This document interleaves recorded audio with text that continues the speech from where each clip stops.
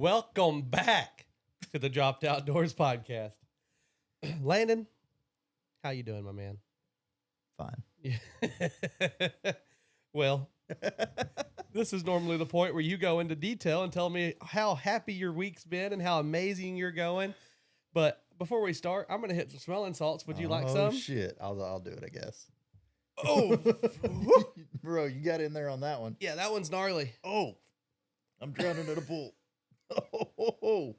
Well, now that my eyes are watering and my breath's gone, I'm going to let you get into why are we just fun today. Oh, Lord have mercy. Man, it's been a long week. Your eyes are watering like crazy. I'm fucking, I put her in there. Yep. All right, go ahead. Oh, man. No, the week was kind of long. I was up. We're still dealing with the overhaul shit. That one kind of went south, but it was rough. And so I've been getting up roughly about 5 o'clock. A couple mornings I hit the gym early. So, I just worked my ass off this week and was hoping for some reprieve this weekend. A little rest and relaxation, if you will. Yeah. No, that would have been great. But I forgot that we had stuff to do this weekend. So Friday was a concert.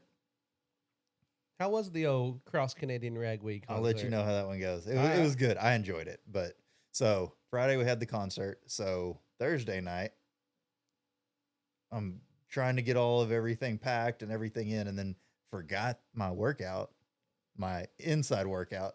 So at like 9:45, I go up to the gym. I'm up there for an hour, whatever, 10:45. Okay, I'm tired. Well, Ashley doesn't get home until midnight. That was her 16-hour day. Yeah. And so getting that done, I'm like, okay, no big deal. And then I was like, you know what? You're fixing to head up to Oklahoma early tomorrow. You now have to get up early or you're not going to get your workouts and your another walk-in. Inside workout in. And I'm like, oh my God. So went to bed at about 12:30 and then turned right back around and got up at 4. Went and got in the gym at 4 o'clock in the morning. Got that done. Got home about 5:15 or so. And then went for my outside walk. Went and walked down the road. Just doubled up on them back to back? Pitch black. Yeah. Back to back. Pitch black outside. Did my walk. Got all that in. Took the kids to school. Got all that done. And then immediately went into going to drop Ashley's car off for paint correction and stuff like that. And then next thing you know, I'm back here getting everything ready. And then we're headed up there. And just all day. And I was like, I'm going to sit in the car and get a nap. Well, I get out to the truck to leave and my mom's in the passenger seat and my lovely wife is in the back seat. I'm like, this is your truck. She's like, oh, I figured you would drive. I figured that's what you wanted to do. I was like, I've been up since 4 and got 3.5 hours of sleep. And I was like, no, I got it. I was like, I'm going to tough this one out. No, I don't want to, but I will. Dude, so we were headed up there and I don't know how my mother drives, but I'm going to guess like shit. That's so fair. I jump in the truck, and you know how it tells you how many miles you have till empty, right? Well, it said 560, and we're driving, and we're driving, and we're driving, and it starts going up to, oh yeah, you've got 570 miles till empty, and I'm like, what is going on here? I'm just driving, just minding my damn business. Well, before we know it, I've drove all the way to Gainesville, and it now says I have 487 miles till empty. So I don't know how much gas pedal she uses, but it's obviously a lot. But so anyways, got all that done, got up there. Fucking concert was kick ass. Watching Cross Canadian Rag Week back is fucking awesome. So are they back? They're back. Or okay, so they're gonna is it still the same Grady, Cody, Randy? Randy who Ragsdale. He's there, yes. Okay. Their bass drummer. I don't ever remember his name. But he's a kid. Dude's like 18 years old and just jamming with him now. I'm like, that's fucking cool. That would be dope as fuck. Yeah. I'm like, that would be a cool ass gig right I mean, that'd be cool for like a 30-year-old because we grew up with them going in their heydays, Yeah. That'd be a dope ass fucking, oh yeah, come play bass for us, please. Yes. Yes, sir. Yes, please. Like, I don't know how, but I'll figure it out. Yeah. Yeah, no. So he was jamming, dude. They all their kids are like grown now. Yeah. And all of them are. There's like a rock band that they're a part of, and a bunch of different shit. They all got out there and played. I must say, could the bassist be one of their? Is it one of their kids? Or I is don't it, think so. They called him like it's like I think they said Plato or some shit like that. I don't know. That's his last name. Pretty sure that guy died in like 12,000 AD or some shit. Plato. Oh, but so we rocked out at that one. Turnpike was there, which they just got back together too. Yeah. So that was really cool. Was that on the ticket or was that like a surprise? Yeah, no, Okay. they were all on the ticket. I don't really know of anybody that just showed up. There was a few on Friday night or Thursday night that showed up, and I think there was one on Saturday night that just kind of showed up. But we didn't have anybody that was like, "Oh shit, that wasn't supposed to happen." But no, that was a great time. Just hearing all them again is fucking cool. They've got another one in Waco sometime later this year. I figured we may try to get together and Say I'm in on hit that one up. I think that'd be pretty dope. It'd be fun. Did they see any throwbacks or Oh yeah, no, they sang all their old shit. They didn't. I don't. I no think there was originals? like one or two new songs that they had. Oh, did but, they have some new ones? Okay. Yeah, but as far as that goes, like everything was all their old stuff, that's what you want to hear. Yeah, I want to go and I want to hear Carney Man. That's, Yeah, that's what I want. The very last song. That makes sense. Yeah, it was like they left and everybody was just sitting there, and then they came back out and played Carney Man. I was like, hell yeah! He's a Carney Man. The only one, what is that? It's this song about the oil field in Oklahoma or something. Yeah. That they didn't play that one, and I was holding out hope. Ashley and Mom were both like, "All right, you ready?" And I was like, "No, no, stay until the very end." We're not leaving at all until I hear this song. Yep. It was a great time. And then so we drove back yesterday, or we stayed in Oklahoma City, sat in Whataburger line for an hour and a half, and still messed up my order. So I mean, you were in Oklahoma, right? Oh yeah. I wasn't expecting much Whataburger in else. Oklahoma. Yeah. So we finally rolled into the hotel about 3:00. Woke up 8 So o'clock. 4 a.m. to 3 a.m. Yes. Mm. Yeah. Yeah. It was one of those. And I called you early, and you were in the car. Yeah. So.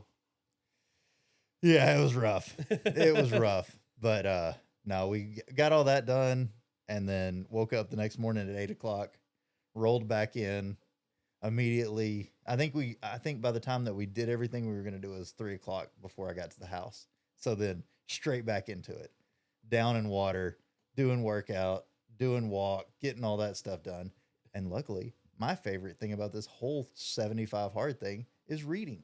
Yeah. The one thing that I was like scared shitless of. The one guy that we have talked about can't read to save his fucking life. He's like, dude, I love reading. This is awesome. This is great. I'm going to sit in the car any chance I get now. I'm like, all right, 15 pages done. Knock it out. No problem. So that's been interesting to me, is like the one thing that I thought I was going to hate the entire time is the one thing I'm actually enjoying. Everything else right now is just so like, got to get it in and like stick to the plan. But I feel like that's probably the hardest part of it is it's not the for you anyway. It's not the mindset of God, I have to do it. Like you've not bitched one time about anything. The only time you've bitched about it is, hey, I have to get this done. So instead of 6:00, let's do 7:00. Yeah. Like it moves my plans around. Like Yeah. I plan everything in life around my workouts. completing And it. And where are you at right now? shit. Damn. So you should be close Thursday to would have been halfway. 28 days. So I don't know, 31. 31. We've been about a month. Yeah. What are we at? The 13th? Yeah, I started on the 13th. So exactly a month. Yep. So I mean, you're damn near Working halfway. on halfway. If we could do math, it would be a little closer. Yeah, but- ain't nobody have time for that. I have shoes on, so I can't use You those can't to use count. the So toes. I can only go to 10 right now. So we're kind of screwed. Oh shit! No, did that. Got in yesterday. Did all that shit. Got it done. Knocked it out, and then started in this morning. Because I mean, what we podcasted again last night. Yeah. Just for anybody Yeah, that might that's- be interested.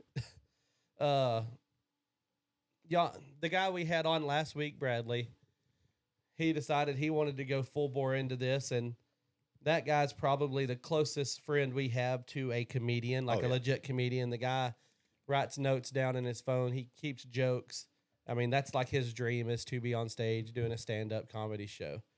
And we were talking about it, and I was like, you know what? Fuck it. Let's just make a straight comedy podcast. And he was all in on it.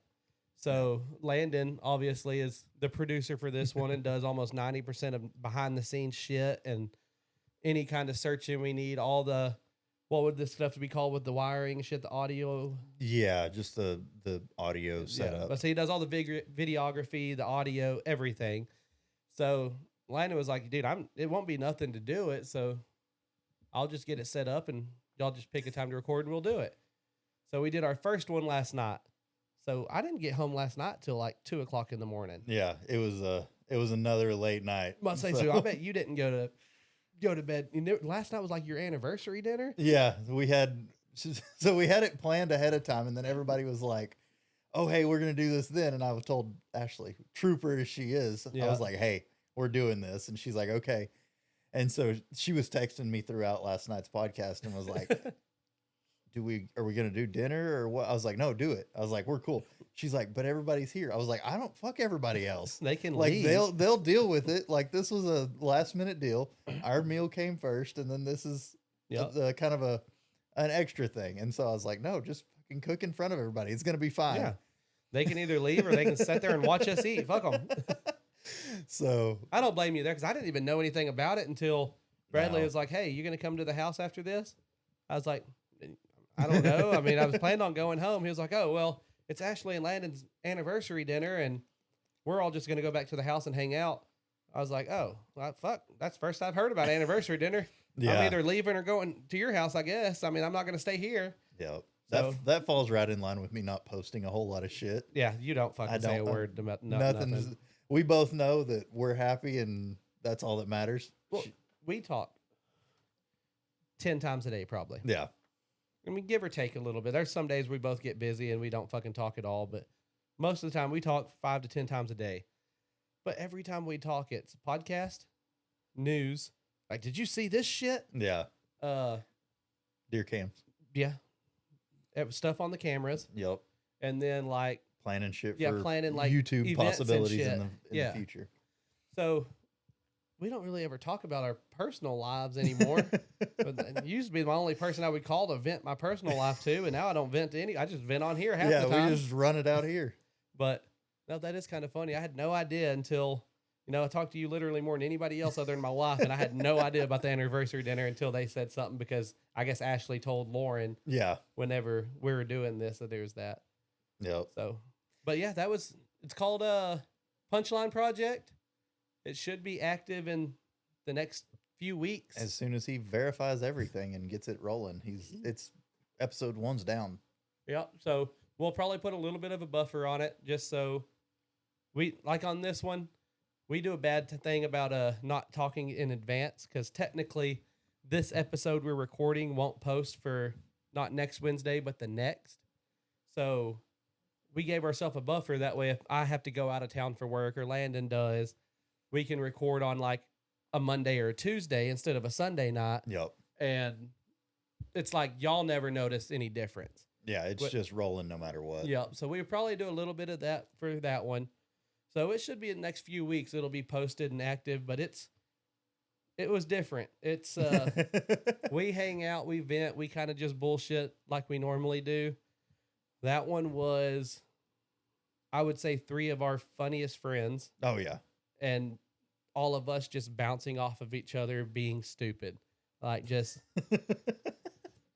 that there was some, I'm not going to tell y'all anything. Y'all have to watch it when it pops. But it was definitely an experience. There was multiple tears shed, good and bad. But it was crazy. Yep. No, it's so that one kept me up late that night. Yep. And then so this morning, first thing, I'm like, all right, we got to get up, get this shit done. So she had to have her car dropped off over at the tent shop, and so they were going to do a protective film around the paint and then tint it, because we can't have anything clear in this Texas heat, or you're going to melt. Yeah, and you can't get dark tint because the government, the law, damn law. Yeah.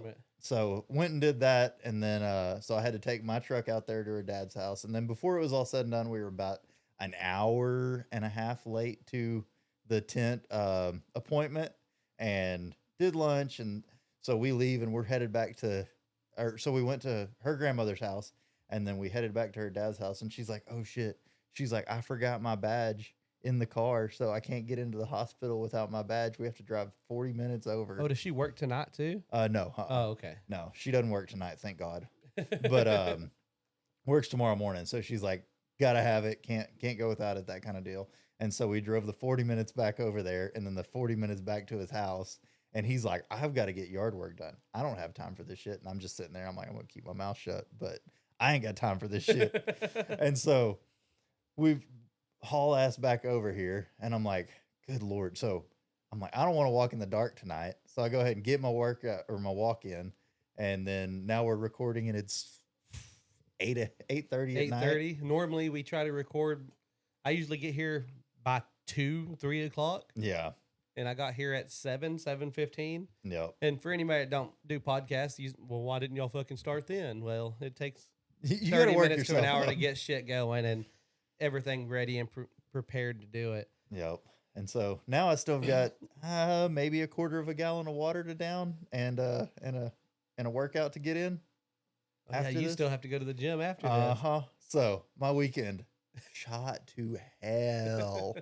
this. So basically not a fan this weekend. Oh no. There was no rest, no relaxation. Just fucking go. And then wake up in the morning, go to work.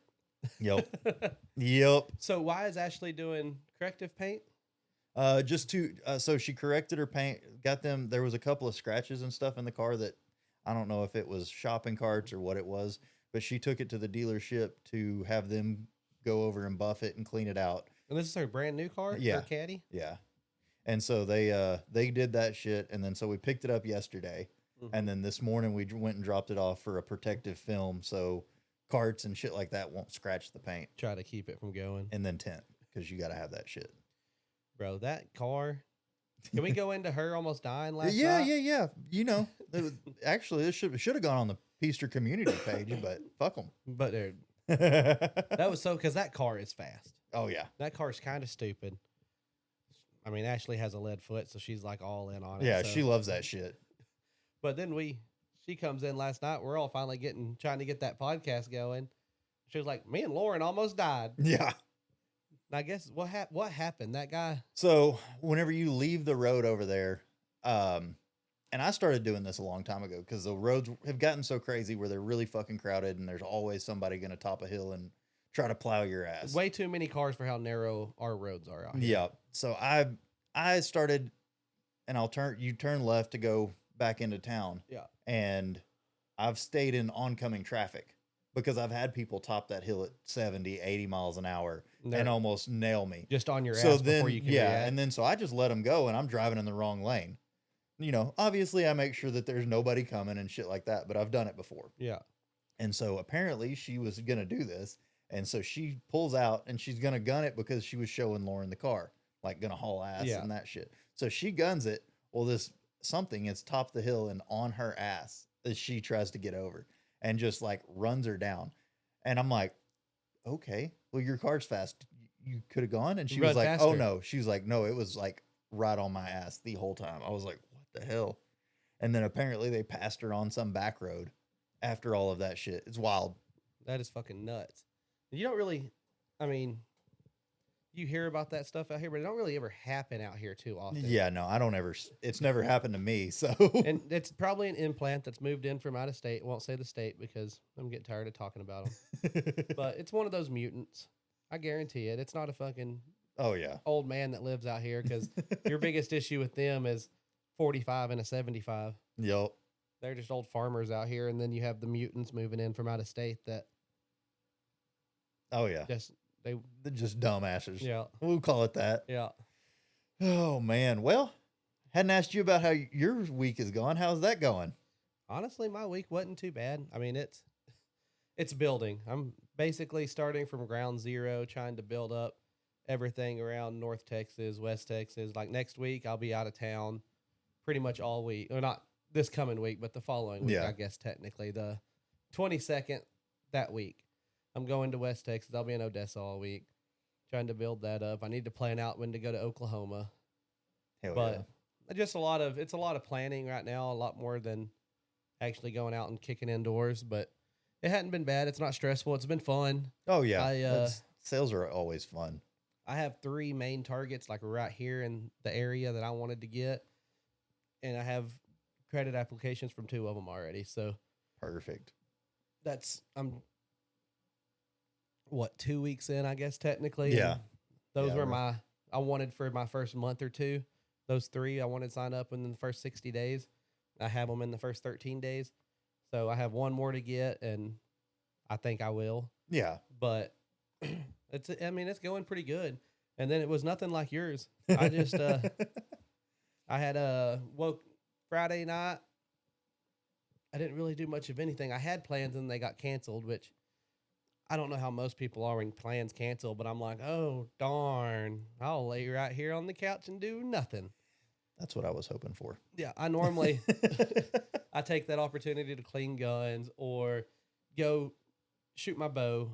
Normally, it's shoot my bow. I try to do that every day. I really enjoy that. You still sharpen some knives every now and then? I do fuck with my knives. I've been really thinking about here lately, if I could find a bigger area, like, whenever you build a new house and get a big old building, I'm probably going to make you put me a forge in there.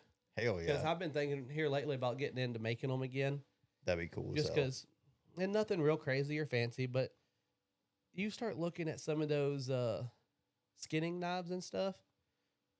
I mean, to get good ones, they are pretty pricey. Oh yeah, no, they get expensive. But I look at some of them and I'm like, I can combine one knife, and do 2 or 3 of these tools jobs with one object. Yeah.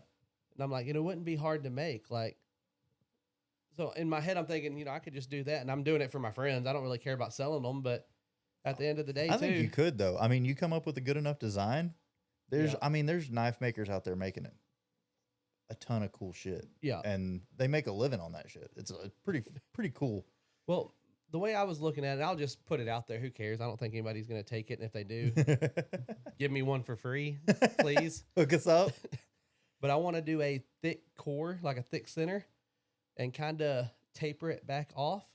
So you have a point at the end. You get you a bird hook is what I've always called it. The gut hook. Yeah. Yeah. But that way, you have your little beak on it. That's why I've always called it the bird hook, because it just has it's a beak. That's what it's called, sense. It's wrong, but it makes sense. No, that's what I've called it that since I was like 5 years old. But now I feel like a jackass. Yeah, you should. What a piece of shit. But that way you have a knife point at the end, you have your gut hook, and then you have the thickness down at the bottom that you could actually have a chopper with it too.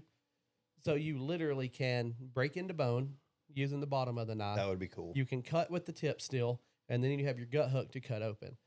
So, I mean, at the end of the day, when you go to field dressing a deer, what else do you really need? No, that bone is one of the most difficult parts to get a good grasp on, because, hell, growing up, dude, it was anything from hacksaws to, what else did we use? Tree trimmers. Mm-hmm. The old lumpers. The loppers? Loppers. That's the old what I call loppers. Well, it's wrong. Oh, well, son of a bitch. But I don't know. I always look at shit like that, and I'm like, why? I mean, I get you doing it for money, but I'm a pretty simple guy. Like, you could, instead of paying $40 for all 5 of these in a pack, yeah, I'd pay $55 or $60 for that one, just to not have to carry around all that whole fucking pack. Yeah, you get that one on a sheath on your side, and you're covered. Yeah, you're good to go. That's pretty awesome. I think that'd be a great idea. And I've seen Time one to get a forge. Right. And I've seen one with so you have your blade part on this end, and then you have like the spine of your blade right here. I've seen some with a flat, narrow piece right here. Never thought about it, but they're on a lot of survival choppers. Yeah. But it's for a hammer. Oh, shit. So we could literally spread a deer leg out, get right in on that bone, pop it with the chopper of that knife. You could put something like that on there. It doesn't take any kind of forging. You could, that's already there. Yeah, you build that in, make that part thicker. Huh. So it just thickens up that spine. Cool. You pop it. It could help chop through that bone. I mean, you could literally pretty much process the entire deer right there in the field with one knife. That would be great. I'm a customer. Yeah, I know I'm not a customer, but I'm a customer. I'd buy one. I'll say I'm gonna have to make like 50 of them anyway, just to get it the way I like it. So from like I'll take a prototype. From like 40 to 50, I feel like will probably be pretty good. So you just take those. Hell yeah. But no, I don't know. I see things like that all the time, and I'm like, why don't you just do this? So with knives, I've really been looking at them again. Yeah. And I'm just like, I'm seeing a lot of stuff like that. Even with fishing, I'm seeing a lot of stuff with fishing that I'm like, you could really simplify. Dude, a fishing knife would be dope too. I like it. Yep. So I'm just thinking, just little things like that. So I've been thinking about getting back into knife making nonetheless, just because of that. But I do enjoy sharpening. That's before this. Like that was one of my, I could go out into the building, sharpen knives, and spend out there an hour or two, dead silence, having maybe some music going, and kind of decompress. Yeah. And then that was the only thing other than the outdoors I have. And then, like I said, the one good thing about the podcast, what keeps me excited for it is like I feel better. I'm a happier person. And I guess it's just hanging out with friends or venting. I don't know what it is about it. Yeah. But it does. Something to do. Yeah, like I was telling you earlier, like my wife even pointed out, like I've been happier for like the last 2 months, just a chipper, happy person. Yeah. But and she's like, I guarantee it's because you're going over there and having a hobby. And I never thought about it. I told you this earlier, and I'm just gonna say it out here for everybody. But I've never really had a hobby that just grabbed me once I lost sports. Yeah. No, I see that. When I broke my ribs, lost my scholarship, I was done, blah, blah, blah, blah, whatever.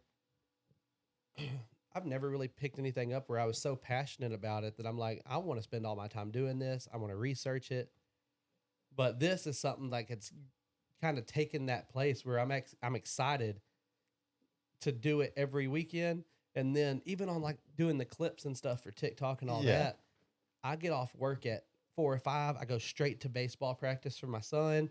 As soon as baseball practice is over, there's a lot of times I go sit right back at the computer and I start fucking with clips, trying to edit them or trying to post them and schedule them out. Just getting it all set up. But I have fun doing it. That's fucking it. cool. I have fun. Like, I don't know. I don't exactly feel the same. I really enjoy it. I'm not saying I don't enjoy it, but like, I don't feel that way because I guess I've always had hobbies. Like that's me. I'm always like, okay, this is my hobby. And then it doesn't ever go away. It just sticks with me, but I carry all these extra hobbies around with me. So I've never felt like, oh man, I've lost something and I really don't have a thing. Yeah. I've always had a thing. But I'd say I don't think since about 20 years old till, well, I guess 35, there was always been a void in my life of something. Yeah. And I always thought, well, it's just sports. I'm getting too old to play. At one point, from out of college till 25, 26, I didn't play at all, and that was just sheer depression. Yeah. Like, I honestly could not bring myself in to go into play. People would ask me and be like, I don't want to. And that was just... Oh, yeah. Dreams shot. Dreams gone type of thing. It's kind of realization that, shit, this has passed me by. Yeah. Like, there's nothing I can do anymore. Mm-hmm. It's gone. And then I started doing outsiders leagues. But that started pissing me off because I'm still competitive. And it's not the winning or losing that pissed me off. It's my IQ of the game is so high that I would know what I needed to do and what I wanted to do. But I was getting older, out of shape, fatter, whatever, everything involved. Yeah. I couldn't do it anymore. So like in my head, I need to, okay, I'm going to come up here. I'm going to get to the half court, behind the back, left hand, scoop, bounce pass across the lane, do a 30. You have a whole plan. Yeah. I know and I can see this guy coming from this side. So I know he's going to cut in front of me, try to steal it. So as soon as he gets right here, I'm going straight behind the back. He's going to blow past me. As soon as it hits my left hand, it's going to be a little scoop bounce pass down to the guy in front of me.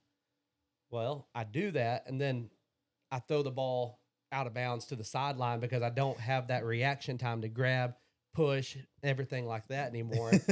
So you look like I look like I don't know what I'm doing, but I'm playing with guys that grew up playing with me, and they're like, dude, like, no, that would have been nasty.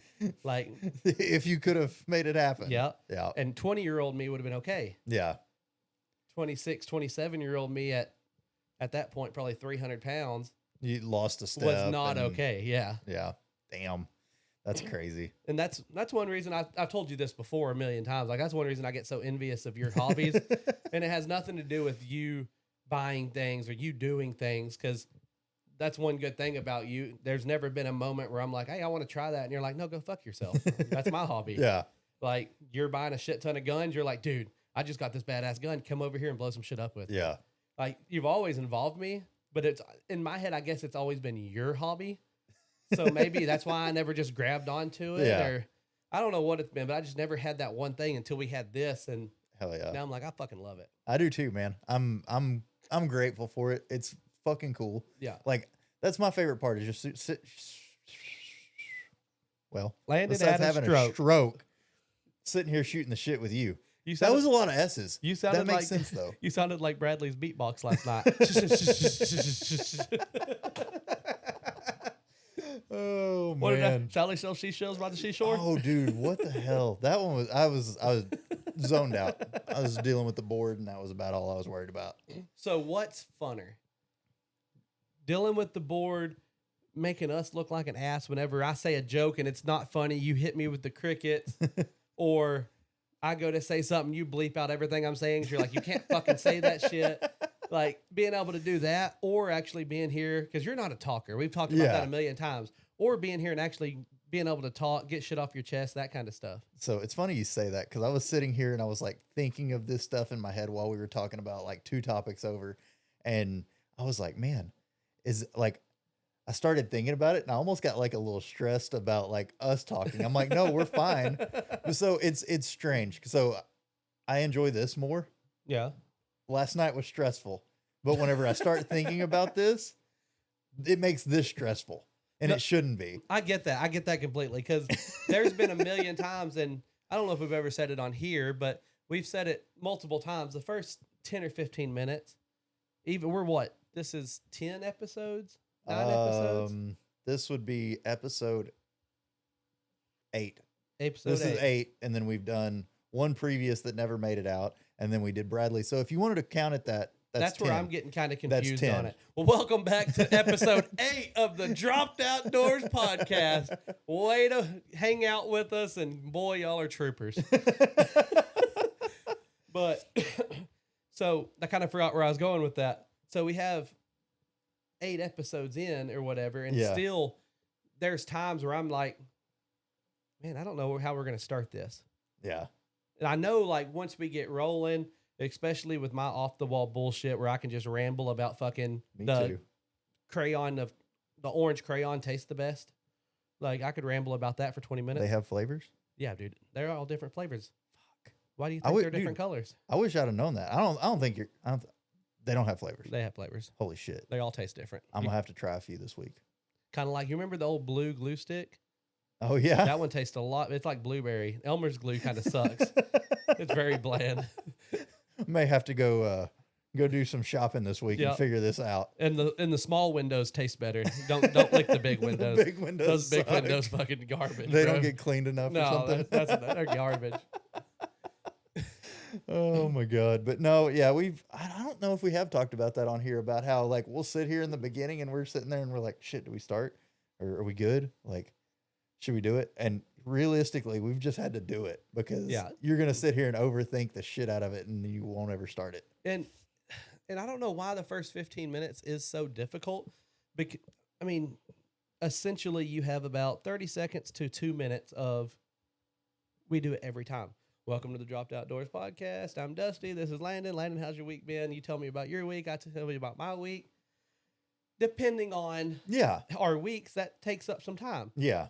But then we normally roll right into just random bullshit. Yeah. So it's like, I don't know why we stress about it, but at the same time, the first 10 or 15, and us two in general, we should have no issues with small talk. Not at all. 90% of our fucking job. Yeah, that's all we do. It's just small, shoot the shit, check on everybody. That's exactly what we do. And then we come in here and we're like, oh no, we're stressed about what we do every day for 90% of it. Yeah. So it don't make any sense. No, it doesn't make any sense to me either. But last night was like, and it wasn't the situation. It was more like, this is really loud and a lot. There was just a lot of shit going on. A lot going on. And then I'm sitting over here clicking buttons, and I don't know if anybody else caught it, but I was definitely hitting the wrong one sometimes. And so I was sitting there in my head, I was like, shit, I messed all of that up. But y'all never really picked it up like, oh, that was wrong. There was a couple times they were like, oh, that was a bad joke? Shit, my bad. And I was like, well, I really thought it was kind of fucking funny, but I can't say anything now.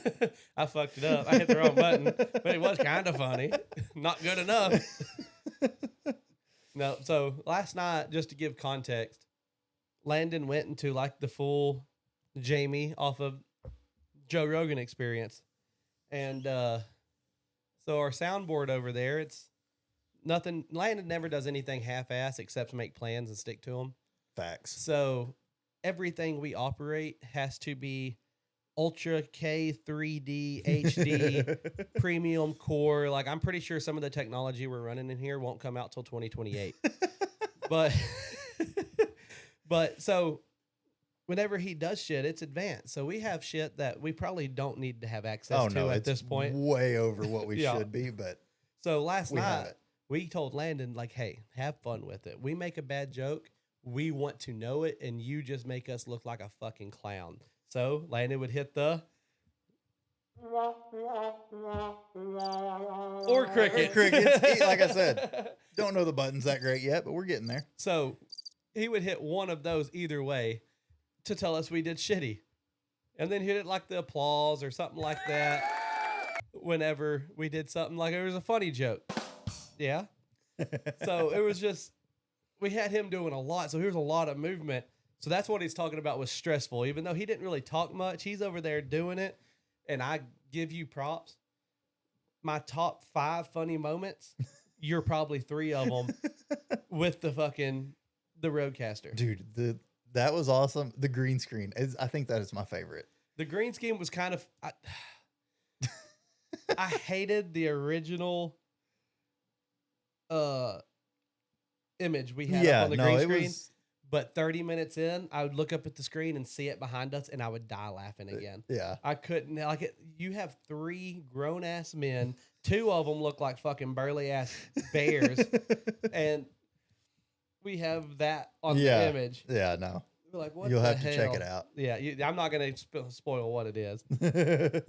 But I did like the green screen on, we started talking about like Mavs. Yeah. You put us in the Mavs arena.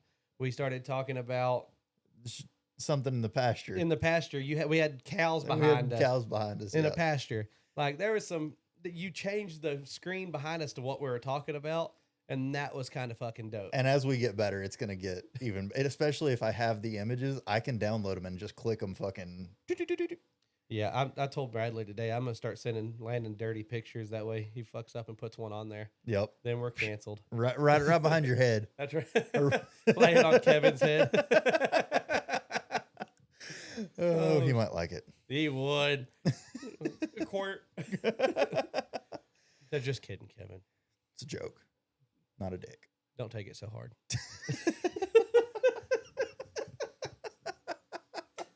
Oh, I feel like I'm halfway delirious today. Oh, yeah, dude, I am.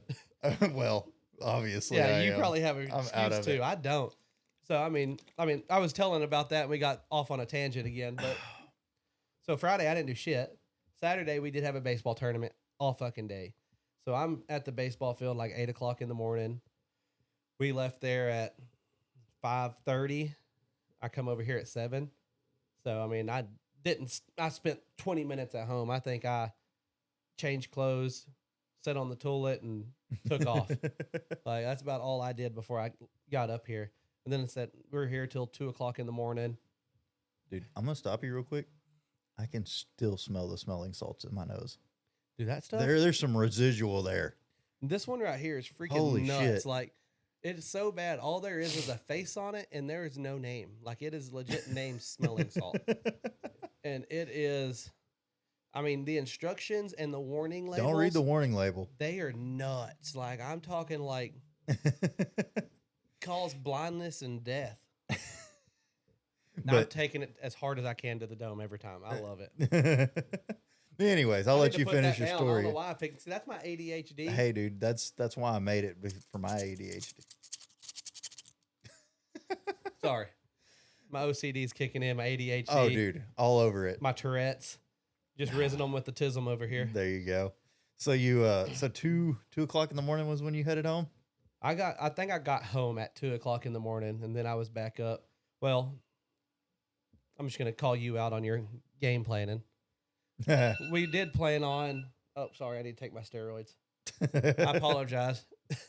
Normally we get this done well before now. Yeah. But and they're not steroids; they're peptides. It's totally fine. Steroids. That's right. But we planned on being over here at like 4. Yeah. So I told my wife, I was like, "Hey, we can do whatever the hell you want to. I just need to be home by 4:00 so I can go to Landon's." So we got up real early and went and did everything. Bought Braxton his first real shot. I call it a real shotgun because he shoots a 410 right now. Yeah. But he's getting to the point where he can pretty much do like rifle flips and shit with that. He needs to bounce up a little bit. So we went and got a Mossberg 20 gauge. Hell yeah. And it's nothing fancy about it. He picked it out. I tried, dude, there was these over-unders. He wanted a 20 and that was cool. And there was fucking nasty wood grain with like the silver plating finish and stuff on it. Pretty cool. Over-unders for 20 gauges. And he was like, no. I was like, why? No, I just like black on guns. I'm like, hey, it's a vibe. I get it. Like, I'm a skeleton guy. Yeah. I like almost everything skeletonized. Like, I love a super light, just almost see-through gun. Yeah. So everybody has their own thing, and that's what I guess he's old enough now to like, that's what he wants. Everything he wants is just straight black on a gun. That's pretty cool. I ain't mad at it. So we got that. We went home. I'm not going to lie. We blew some shit up because I wanted to shoot it too. Well, hell yeah. So did I help this? a little bit. Whenever I mentioned that if he's too broke because he's buying guns, he can't afford drugs. That's right. Amanda said, "You know what, babe? Go buy some more guns." We need to get him on some guns. No, she is kind of upset with me though, because I'm just done hunting with guns. I think. Yeah. I've told you that a couple times, but like, I have more fun with the bow. So I think I'm going to use a gun during the bear hunt because I can't use the blow dart gun. Like, it's been kind of all the research and all the calling and questions. They pretty much have a ban on them. It is not illegal to hunt with the blow dart gun in Colorado, but it is damn near illegal because they found darts in like shoulders and shit like that of live animals. Yeah. So they're So you're just slinging darts at shit and it's not killing people them. are up there not practicing and they're just going out there like an idiot. So we're like, we've talked about it. I was practicing like crazy to try to get about a 3-inch diameter on my shots from 10, 15 yards. Yeah. And most bear you're going to kill are probably going to be within 10 or 15 feet. Yeah, exactly. So I was trying to narrow it down to I knew I got a kill shot. And I guess most people aren't doing that. They're just going through and I got a blow dart. I'm going to go hunt. Yeah. So they're cracking down on it. And I think it'll be illegal. That makes sense. Before the end of the year or soon thereafter. Yeah. So it's not worth the risk of trying to sign up for that and then fucking losing out your money. Because, I guess you could bow hunt them, but I just wasn't what we had planned on. So gun will do just fine. My thing with the gun when I decided to do it was I don't have to practice with a gun. Yeah. I've shot a gun my whole life. All I have to do is zero a scope in and I'll be fine. Yeah, exactly. So archery is the same way when I think about going to kill a big game animal.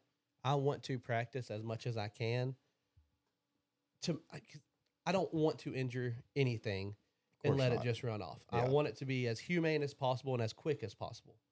So before I go hunting, I like to practice. Even with dove, I shoot skeet for a week or two before we go. Yeah, we try to every year just to get into it where we're there. Yeah, Braxton's already knows that. He does the same thing. Like, it's been kind of ingrained into us, and it's not just me. It's my dad.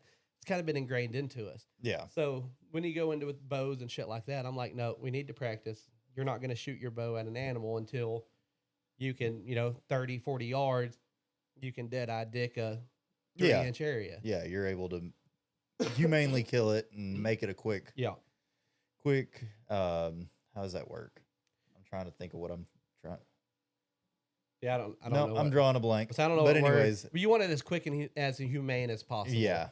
Like you don't want. There's no suffering. There's not going to be a whole lot of pain. Like it's there. Yep. They're dead. Yeah. Well, that's mainly just because we appreciate the animals and like what they provide, and that's the way I've always been, dude. Like I said, I think I've said this before, but this year I did not make the best shot, and I was pissed off at myself. I say you still talk about it to this day when we're talking about hunting. I didn't see where the deer went, and I listened, and finally I heard like what I thought was a crash, but there was a hell of a lot of like thrashing around afterwards, and I sat in that blind for probably another 30 minutes just to let him go.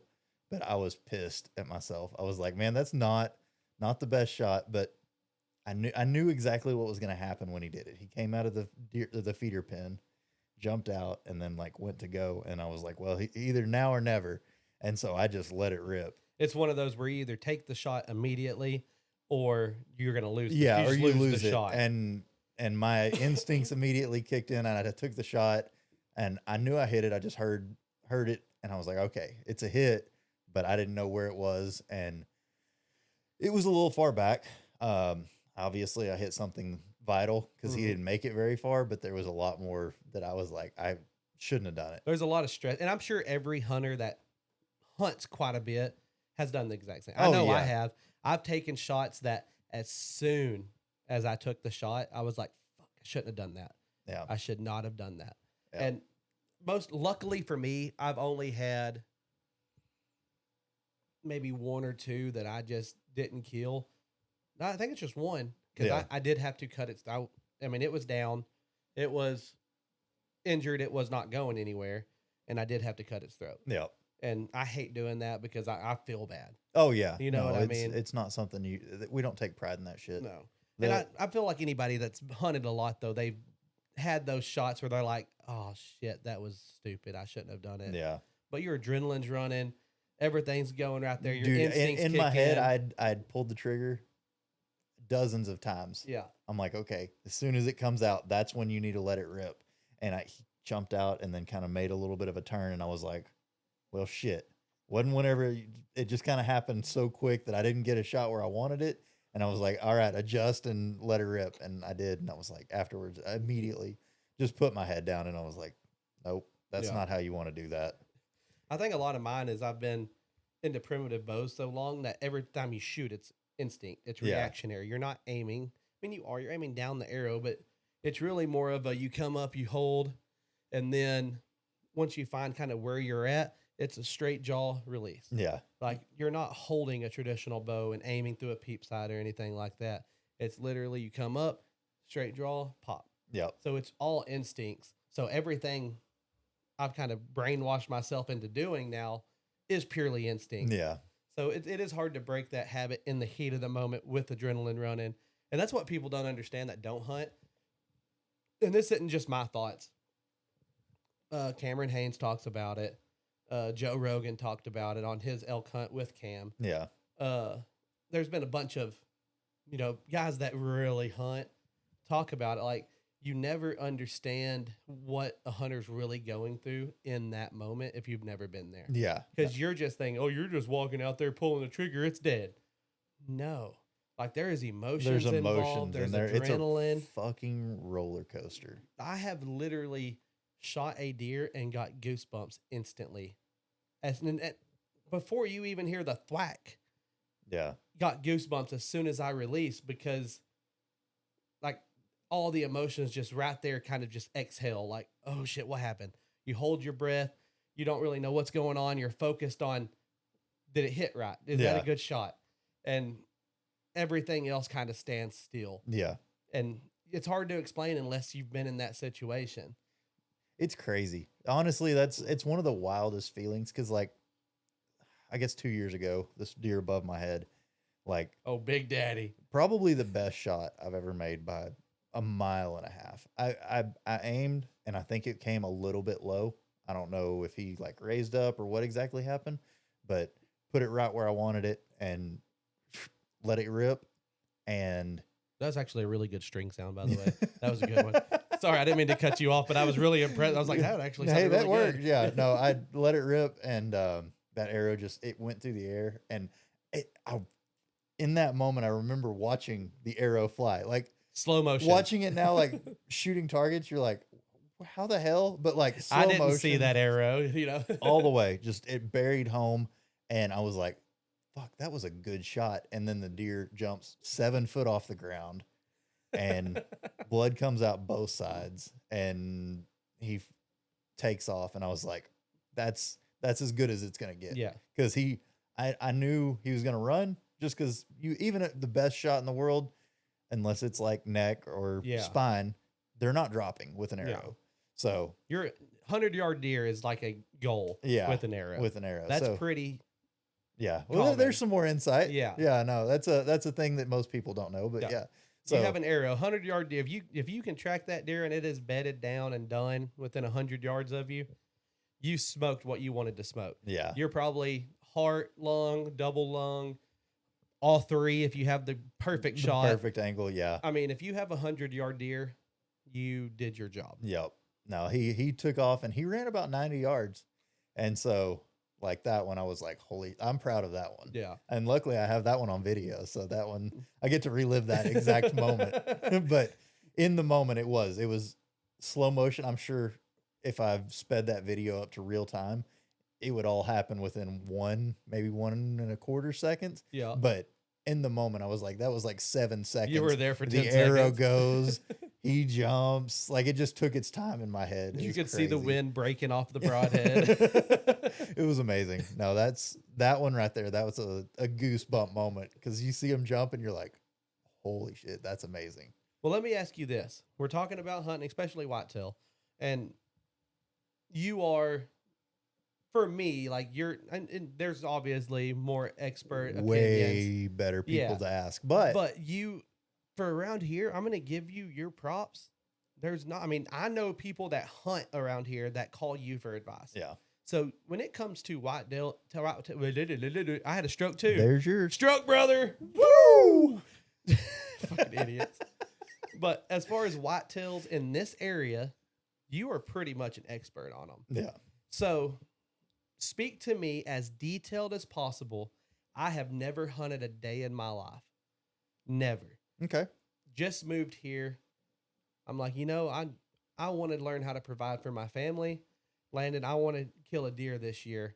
What do I need? I have nothing. I don't have a gun. I don't have a bow. I don't even know where to buy one. Yeah.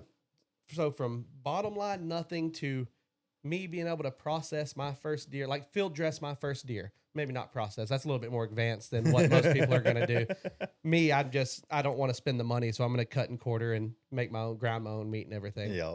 So maybe from absolute day one, nothing at all, money's not an object, what you would suggest, to field dressing the deer and dragging it back to the truck. What would you say I needed? Man, honestly, just to make sure that you really enjoy it. This is for if somebody was going to buy stuff. Yeah. This is what I'm going to do. Typically if somebody came to me and was like, "Hey, dude, I want to shoot my first deer and all this other stuff," be like, "Come on, dude, I've got everything. Let's go." But if you're trying to just deck your own setup out, obviously, I think gun's probably the easiest. Mm-hmm. Go find you a gun. I would probably go with a Ruger. What the hell do they call those things? Anyways, it's a Ruger bolt action rifle. 16, 18 inches. It's a 308. Okay. That's so just a Ruger 308. Yep. Pretty. It's basic, but it'll get it done. I would go find you a Vortex scope, mainly because Vortex's customer service and everything is top notch. You run that son of a bitch over with your truck, and they will give you a brand new one. They do not care. So there's no headache with Vortex. There is no headache. So that I would find me probably a 4 to 12. That's good insight, by the way, because if I was just starting out and didn't know anything, I'm going to fuck shit up. Oh, yeah. So no headaches. I didn't even think about that. You sit there twisting turrets and tighten one too tight or whatever, and they'll replace it. Mm-hmm. It's a no questions asked warranty. They take care of you. And I've done it. I've had a pair of binoculars that I set out and left outside. It was actually in one of my pop-up blinds that I was bow hunting out of, and I left it out there and grabbed the blind, packed up, and took off. and it set up underneath leaves, and I finally like put my blind back the next year, and I was like, oh shit, So it was fried. fucked. Like water inside the glass and all that stuff. Sent it to them, and they sent me a brand new pair. So Did they send you a letter saying you're an idiot? no, That would be cool. no, I would have preferred that. Would have made me feel a little bit better, but you know how that goes. All right, so Vortex scope is where we're at. Yep. On the Ruger 308. Ruger 308 Vortex scope. I'd probably go 4 to 12. I mean, that's going to get most of everything around here by a mile. Either that or a 3x9 will work just fine too. 4 to 12. He's talking magnification for anybody that don't. Oh know. yeah, my bad, guy. Yeah, I don't know anything. Landon, what's 4 to 12? What's 4 to 12 mean? 4 to 12? Yeah, no, that's the magnification power. So you can zoom in either 3 to 9 times what you're looking at. So that's plenty of scope for around here. Obviously a good pair of binoculars would be great. Same there, Vortex. Yeah. I just find the cheapest pair you can find really because they're great, clear optics and all that good stuff. So go that route. Go find you. I don't know. I prefer Realtree camo. Doesn't really make a difference. You know, I've always been a bottomland guy until Bass Dash started coming out with some of their shit. And this isn't Bass Dash right here. Yeah. But Bass Dash started coming out with some of their shit, and I have to give them some credit. Like, they were always fishing gear. Yeah. That's what I knew them as. I don't know how long they've been doing hunting gear. It could have been from day one. I don't know. But their fishing gear is always what I wore. Yeah. Then I started seeing some of their hunting gear and their camos, and they have an autumn leaf camo or autumn that dawn sounds right, camo yeah. or something. And that might be one of my favorite ones just because around here during hunting season, we still have leaves on trees. Yep. They're starting to fade out like you're getting to that Halloween time. Dude, it's start of bow season. It is like still 100 degrees outside. That's the reason for my computer fans in the window, by the way. So like I've started to transition over to Bass Dash because I'm like, it really blends in good around here, and they're made out of fishing material a lot, so they're lightweight. That's pretty solid. Obviously, where we're at, you even get into December and Christmas. Yeah, it could be 20 degrees. It could be 90 degrees. Yeah. You never know. It really could. And it's a lot easier to throw on a jacket than it is to try to strip fucking heavy ass camo off in the middle of a hunt. Yeah. So, but go ahead. Okay, So we're at Realtree. Cool. We'll throw some Bass Dash in there. Well, I just wanted them to know, like, because I do enjoy that because of the lightweightedness. It's made just like a long sleeve fishing shirt. Most of them comes with hoods. There's some that comes with the half. I call them a shield. I don't know what they're really called. The face shields. Oh yeah, the gator. The gators. Yeah, and it's all built in. So like, you put the shirt on, you have the half gator. I mean, you can pretty much cover your whole body, and everything they have has a uniform match. So if you get fingerless gloves, it matches and runs straight to the shirt. You get pants, it matches and runs straight with the shirt. Hell yeah. So you can really that'd be cool. blind out. That'd be cool. I'll have to look into that some more. And it's cheap. Hell yeah. That's even better. Yeah. Because you're going to walk through thorns and you're going to rip and shred and do all kinds of shit no matter what it is. I don't care how good your gear is, you will tear it up. Yeah, even Sika gets destroyed. No, it doesn't. Yeah, we're getting canceled now. We said something bad about Sika. Don't disrespect them. God. No, well, I'll throw this one to you. What do you do for boots? Because me personally, dude, I wear my fucking 20X steel toe boots for fucking everything. So it doesn't matter. Me, you do more boots and stuff than I do. Yeah. Well, when it comes to hunting, and one of them, I don't really know the name of it. It's more of like the shit I wear whenever I like to go outside and just stay for a night or two, live off the land. So more of a tactical boot. It's more of a tactical boot, but I really care about waterproofing and insulation. So the only thing I care about when you're going hunting around here, especially if it's like warmer weather or whatever, snake protection. Yep, snake protection. You will get bit so quick. I've walked over so many copperheads. I don't know if I've ever been struck, but you're not able to tell. I think growing up around here and then going to the dairy too, and they used to do like rattlesnake hunts, like they would the roundup. They would come to the dairy to pull rattlesnakes out of the boulders and stuff. Yeah. So I've been around rattlesnakes and stuff my whole life, so I don't really think about snakes too much. I don't either, but that's very important if you don't know what you're doing out here. That's true. If you had never been, that's very true. Don't wear your tennis shoes because you'll get bit. So the ones I have are either I go with that because they have a Velcro. They zip up the side, tie them off, and they are, as far as rain and stuff like that, your feet will not get wet. They are insulated. They're thick, like a meshy leather suede type material. Okay. So they stay good and warm. And I hate when my feet are cold. That's whenever I'm done. I Yeah. can be laying in the water and last longer than I would if my feet are soaking wet and everything else is dry. I agree with that. So I always look for as water resistant as possible. And that brings me to my other one, the Huck boots. You have a pair of Huck boots. I love Huck boots. Those things, I would go venture to say they're waterproof. Yeah. If they don't come over the top, you're not getting wet. No, you won't ever get wet. They're completely sealed. Actually, the ones I wore were for pressure washing, but they're more of like a fisherman boot. Well, I think Huck, I think a standard fishing boot, period, but I think a tall one would be fucking cool. it would be. Like I don't know if I've ever seen one. I don't know either, but I need to look that up because that would be cool. But that's kind of what I go with on the boots. Now, there's a bunch of arguments where you can make to me right now, and I'm like, you know what, you're right. Like the snake protection. Yeah. Get you a good knee-high boot, calf-high boot. I think that is very, very freaking smart. You should do that. But me personally, I don't, because I don't really pay attention to the snakes. I don't care about the snakes. Oh, yeah. I've been around them most of my life, so I know if you don't fuck with them, they normally aren't going to fuck with you. Yeah. And I like to be on the move. I don't really like to stand in one spot. So it's not like I'm like turkey hunting where we're sitting down doing nothing. Yeah. I would rather be stalking. So most of the time when you're moving past, you're probably not going to worry about You're not going to worry about you too much. Yep, that makes sense. And comfort. Make sure you try them on. You walk around. Don't just tie them up and say, oh, they fit. Walk around. Yep. Because even if you're setting in a blind and they're a little too tight, you set out there for 2.5 hours, your feet are going to not be happy with you. Oh, yeah. No, and especially you go further than that. This deer right here, for a week, I sat out there 10 hours a day. I was on the chase. It was right between jobs. I had nothing better to do, so that's all I did. Yeah. I sat out there, and so you've got to be comfortable. And depending on where you're at, if you do get said deer, they're not little creatures. You're not just going to toss them up over your shoulder and walk out with them. Nope. You're going to have to drag them out. And if your shoes are not comfortable, you will hate your freaking life. Yeah, no, that's going to be miserable. So shoes are definitely a big deal.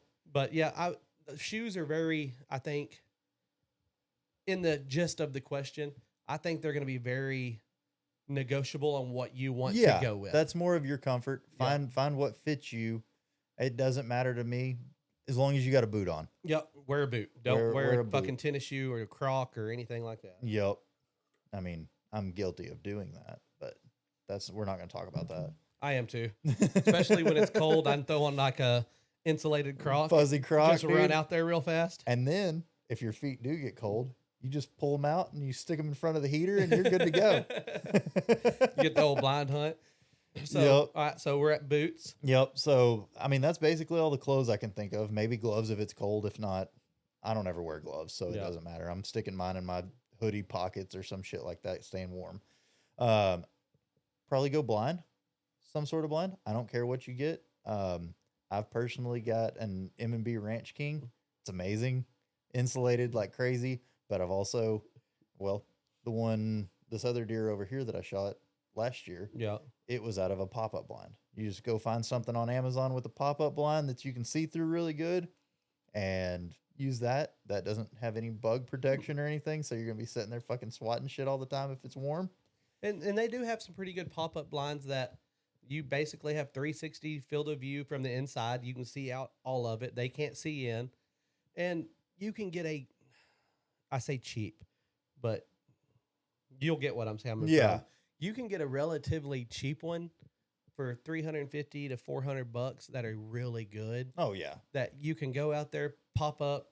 They are completely covered. I mean, your bottom's not covered. It's still grass, but yeah, as far as overhead, 360 degrees, you are completely covered. The deer's not going to see you. Deer will not see you. They may smell you if you don't fix that shit. Yeah. Now I'm going to let you get into all of that too. So pop-up blind, regular blind. You'd put them in a blind on their first hunt, which is, I mean, I guess that's kind of logical because if you don't know how to stalk, you're not going to get close enough to Yeah, kill no, one. I would definitely stick them in a blind first because that's just where everybody kind of starts out. Everybody was there once, Yeah. so sit there, and then that gives you a lot of insight too. So you can sit there, and if you've got a bunch of deer coming in, you see where they come from, you see kind of how they work and how they operate. It gets you a lot of time in front of a deer, which means a lot Yeah. And, over the life of your hunting career. and you can verify on this Yeah. because your house is one of the main places that I think about whenever we go to that. You can see 3 or 4 doe come in and you can tell me like, oh, we need to get out there here pretty quick because there's going to be a monster come in about 45 minutes. Yeah, no, Because every day it's the same way. They go out, they start eating, nothing happens. Here comes Big Daddy come walking through 45 minutes later. yeah, And- no, I've timed it before where I'm sitting there and the doe will show up. They don't care. They'll show up all times of the day. It doesn't matter to them. The bucks are typically come in and then go back out and then they're done. They go nap or do whatever. Yeah. And that's kind of what Landon was getting at, I think, Yeah. on the learning their routines. Because if you start seeing the same deer it comes in and follows in, you're going to know it's coming. You're going to know time frames. You're going to be able to get all that down for your actual hunt. Plus, if he comes in the same route every time and leaves out the same route every time, you're going to know where to be looking. Yeah, you can pattern your deer down. And like I said, that one deer that I shot this year, he was patterned to the point where I knew what was going to happen. I knew when he was going to be there, and I knew how I needed to be ready. Yeah. And so that's a lot of it. I do scouting during like all of September, some of August, like sitting in the blind. I'm gonna say, in all honesty, you do scouting. You don't call it scouting, but you kind of do scouting year round. Yeah, Because there's the times cameras, I I send definitely you do. shit, or like from my camera, and I'm like, hey, I got this and this coming in, and you're like, oh no, they were there last week too. And there's been times where you've told me like you need to start paying attention to this because whenever these 3, 4 come in, that's when the rest of them come in. Here in about an hour, you'll have 2 more come in. They're Yeah. coming from the creek side, and you've like, Yeah. and that's might be in freaking March. You know what I mean? Like, Yeah, no, I watch, and yeah, okay. You're right there. That is scouting. Yeah. I don't really call it you don't that call just it 'cause scouting, It's but just me watching the cameras. that's your game management. Yeah. Coming in. Like and enjoying that stuff. But no, with the scouting, just go out there and sit and watch the deer that come in and out. Cause like, that's going to give you a lot of details on what you're going to need to do going forward. Yeah. With this deer, I knew exactly the direction I needed to face. I knew what wind I needed to not have any issues there. I had my blind stuck over in a corner beside the feeder pen. And then whenever I finally wanted to hunt, I moved it away. He was used to that blind being in the vicinity. Yeah. He didn't know what it was or any of that stuff, but I didn't ever hunt out there. I set up 3 cameras in like about a 50-yard spot to do all of my scouting for me. So I guess that does make sense. Would you say deer are kind of like turkey to an extent? I know they are kind of. I just don't know what extent and what level the whitetail around here are. Because like turkey, I go out there and I move my feeder from one tree to the other. Those turkey will not come anywhere around that entire property because I'm moving my deer feeder and it's not what they're used to. Yeah. So it's completely gone. If I go out there and I ride the side-by-side around and I'm planting weed or whatever I'm doing for the deer and I have turkey in the vicinity, they will not be around on the game camera 2 or 3 weeks because I changed something. They know it's different. Are deer the same way to an extent? Like I know you're not technically feeding the turkey. Yeah. But if they see something different, they're like, no, fuck that. I ain't going. To an extent. So if I drive back there, it doesn't change anything. The deer will come and go as they please. If I start moving feeders, changing cameras, doing like stuff that affects their surroundings, they immediately notice and either don't come back for a few days or they watch it like a hawk. Very timid. They keep staring at it and like being jerky. They know when shit changes. Okay.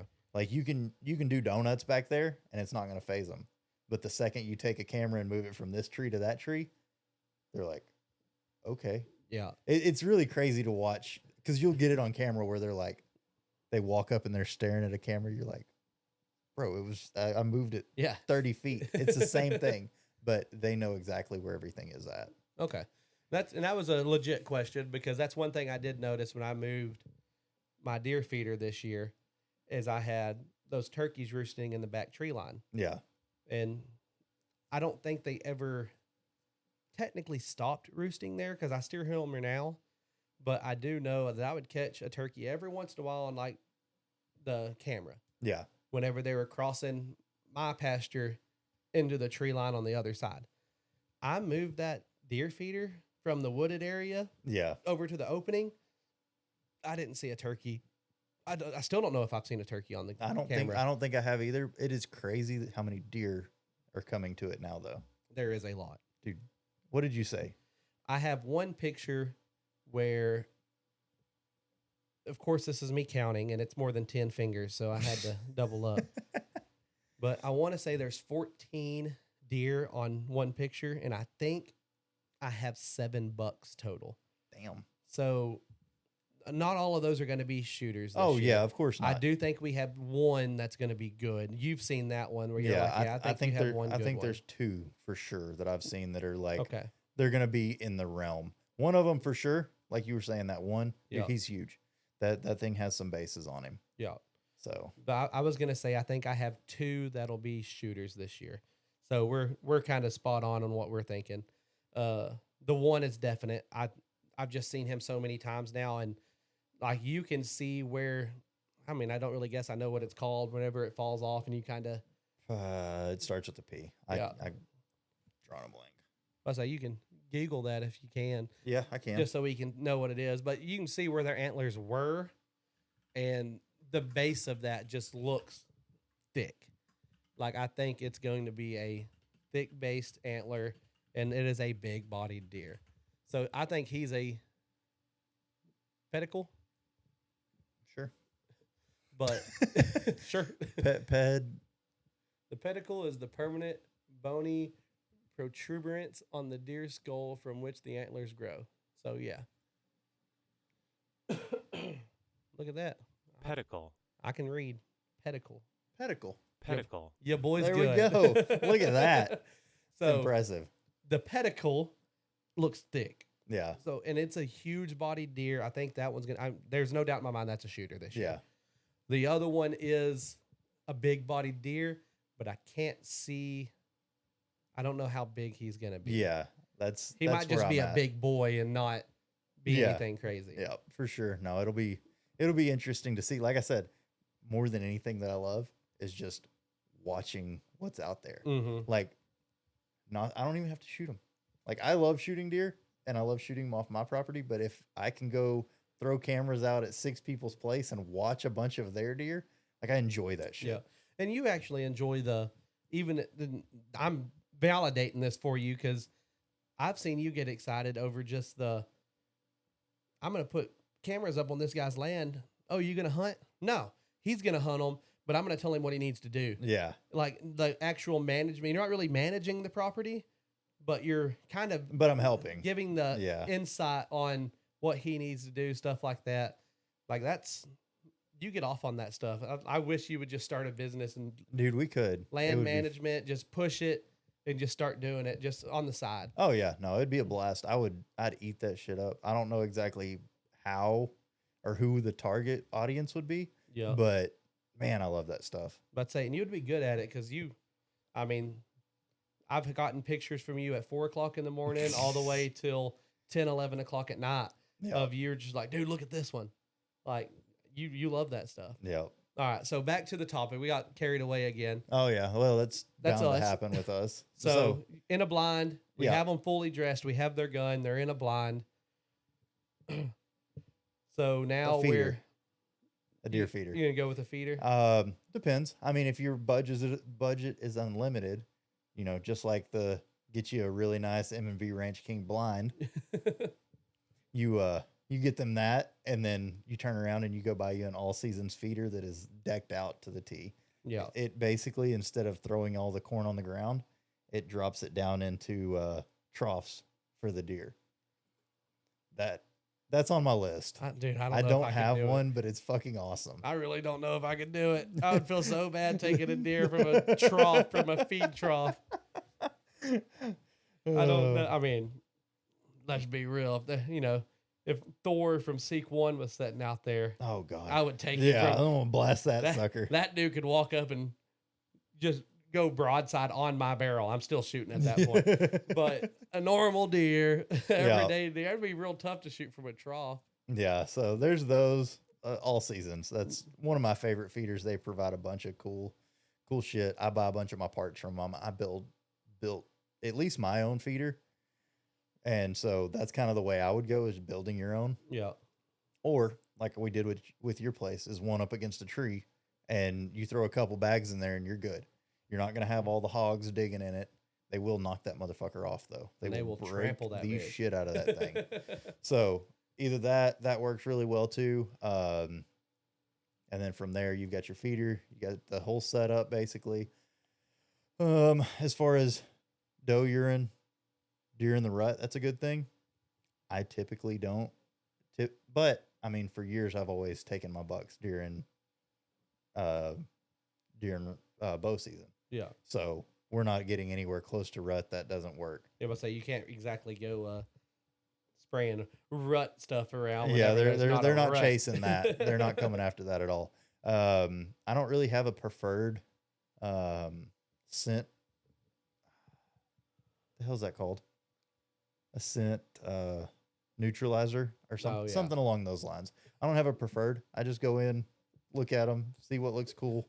I've honestly used 5 or 6 different ones, and they've all worked good. They all work pretty good. And it's if you pay attention to the wind, I think you're normally pretty decent anyway. So me being all techie and stuff, I've started looking. They now make a I guess they've made it for a long time, but it emits ozone, is what it does, and it eliminates the smell. It's like a machine that does it. So you're about to put that in your It would be awesome in your tech blind out there. Yeah, in the tech blind. I think that'd be pretty cool. Landon's going to be out there sipping whiskey and smoking a cigar in the blind, shooting deer in the next 10 years. It's happening. Yeah, no. So that I was like, man, that'd be pretty cool. But I hadn't looked into it any further. But I think it'd be cool to look at. That would be dope just for the fact of not having to have anything anymore. Yeah, it just eliminates your need of scent eliminator. But if you don't want to go that extent, yeah, just get a scent eliminator. you can get on Amazon. You spray yourself up. Spray yourself. Don't spray yourself with doe urine. No, don't do that. That shit. Woo. That is not a. It's rank. I have fucked up on that before on accident, and I went to spray myself, and luckily I was on my boots, so popped it down there, just grabbed it out of the cup holder, sprayed my boots, and I'm sitting there, and I'm in a tree blind, and it's really not a good one. It's one kind of a custom made where I'm sitting in it, kind of like a tree house is made, but it's just a wood seat, and I'm sitting on it. And I don't know if the wind's coming up from the tree and bouncing up, but I kept on smelling something. Like, what the fuck is that? And then I get back in my truck afterwards, and it followed you. Yes, bro. And I'm like, what? And the only thing I could think of is I grabbed the wrong bottle and sprayed my boots down with doe urine, and it was just trapped in the truck with me. Oh, God, that's not rank. a fun smell. That's rank. Well, I mean, realistically, I think that's probably about the extent of it. I don't get into too much other shit. I mean, I guess you could do a lot of people use the black rack. It's the antlers for rattling. That works good during rut. The sack itself. Oh yeah, the wood sack. The wood sack works great. I've used that. I've never owned a black rack simple. myself, but the wood sack, or the sack with the wooden, I don't know. They look like fucking children's toys that you put in the shape thing, because they're all round and triangle, but you just hit it and it goes to town. Yeah, by saying it's very simple. One I have never used, but it looks simple too, is the little call that you flip over. Yeah. And I can't think of the doe bleat. Yeah, is that what it is? Yeah. I could not think. Bleat's the word I was thinking, but I could not think of it. But that one looks very simple, and they're relatively cheap as well. Yep. No, that would work pretty good. I mean, you get some of the basics down, and then you learn. Yep. Basically, the internet's your best friend at that point. You do a bunch of Googling. Hell, message me. I'll let you know some details. hit us in the comments. Landon he'll go off. Yeah. He'll probably No, give you his personal number and be like, brother, call me. I just got call you. me. We'll go over it. But nope. I think from absolute nothing to being able to get your first deer, that kind of covers everything. And some of those are give and take. Like, I truly think you could take a deer without any Oh yeah, no. smell altering or doe urine or anything like that. You could take a take a deer without a blind, just kind of setting up in a tree. Mm-hmm. Everything I'm saying will make it harder, Oh yeah, it increases the difficulty at that point. but you can. Realistically, I don't. Yeah, you can see it. So the little 300 blackout right there. Take the suppressor off. Keep the little vortex scope on there. Use that complete setup. You're looking at. Well, that's a different one, but the one in the blind is like a $300 gun. He said we won't go into that one. And a $100 scope, and that's all you need. Yeah, and you could walk out there in. I wouldn't quite do what you're wearing right now, but almost. Get you a little camo, and then you're set. yeah. Like you could probably go out, get your hunting license, go super combo. There's no reason not to. It's $68. Super combo Provides all your fishing, hunting for the year. The only thing it doesn't do is sandhill cranes and the ducks. Must say waterfowl. Yep. But I mean that's another, like, what is it, 15? But I don't know. 25 or some shit. But yeah, no, that's me. I get everything. But do that and find somebody with land. Just ask. Yeah. Like, you would be amazed. Deer is can get a little tricky, but like turkey and stuff, you would be amazed if you just say, hey, you have turkey out there. Can I hunt your land? I'll give you $50 if I kill a turkey. yep. Like $50 for turkey. A lot of people will be like, yeah, go for it. Deer, that gets a little tricky because a lot of, especially older people, are like, no, they're pretty. Yeah. There's that. I don't know, man. I've never had it. Like, if a buddy anybody calls me and they're like, hey dude, I want to shoot a doe. I'm not shooting anything else. And I trust them with a gun. I've done it before with guys. Cool. Come on. Yeah. Like, I'll let you shoot a doe all day long. Well, a lot of yours too, you're pretty smart about the management of your land itself. And you know if you need to take something else. Because there's been years where you've called me or, hey, do you want to kill anything this year? Or do you have any tags left? I need to get rid of this. Get a couple gone. Yeah. So, I mean, that makes sense if there's people like you out there and you know somebody like Landon, that'd be the first person I called saying, hey, I want to kill something. You might not be able to go out there and get a monster. Yeah, no. But you can get your first hunt under your belt to get hooked and then learn and grow. Yep. Then get going. That's, I mean, hell, even sometimes, like, there's deer out here that I want to take. Depending on the year, what deer it is, like, come on. Yeah. I'm not going to worry about a buck if it's the right one. Yeah. I'm going to sit with you because I'm not going to let you shoot my big ones, but I'm not going to let you shoot my daddies. Yep. Well, honestly, I think that's a pretty good place to end. Yeah, I mean, no, I like it. And I'm sorry for how off the wall we are and how much we go on a rant about stuff, but I have had a lot of people honestly reach out and comment and say, hey, what would you do for this? What would this? And that seems to be one I've heard multiple times is, what would you tell somebody that's never hunted before that would love to get into it? And whether I've had it from young kids that are like 14, 15 years old, all the way up to a guy messaged me on TikTok that in his profile picture and his other pictures, he looks 50, 60 years old. Yeah.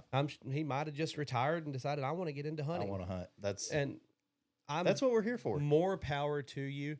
I honestly think, coming from a guy that did have that void in his life from sports and never had a hobby, being outdoors is one thing that really gets it for me.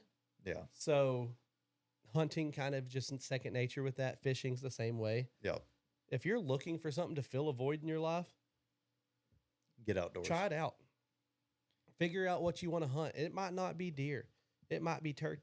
It might be dove. It might be dove. Dove's an easy one. I know a lot of people that's all they hunt, just dove, and they love every minute of it.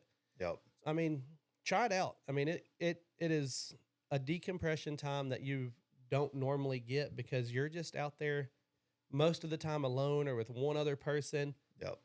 Just chilling outside. And I feel like getting outside is the best thing you can do. Oh, yeah. So at the end of the day, if you're missing something in your life, give it a go. See what you can do.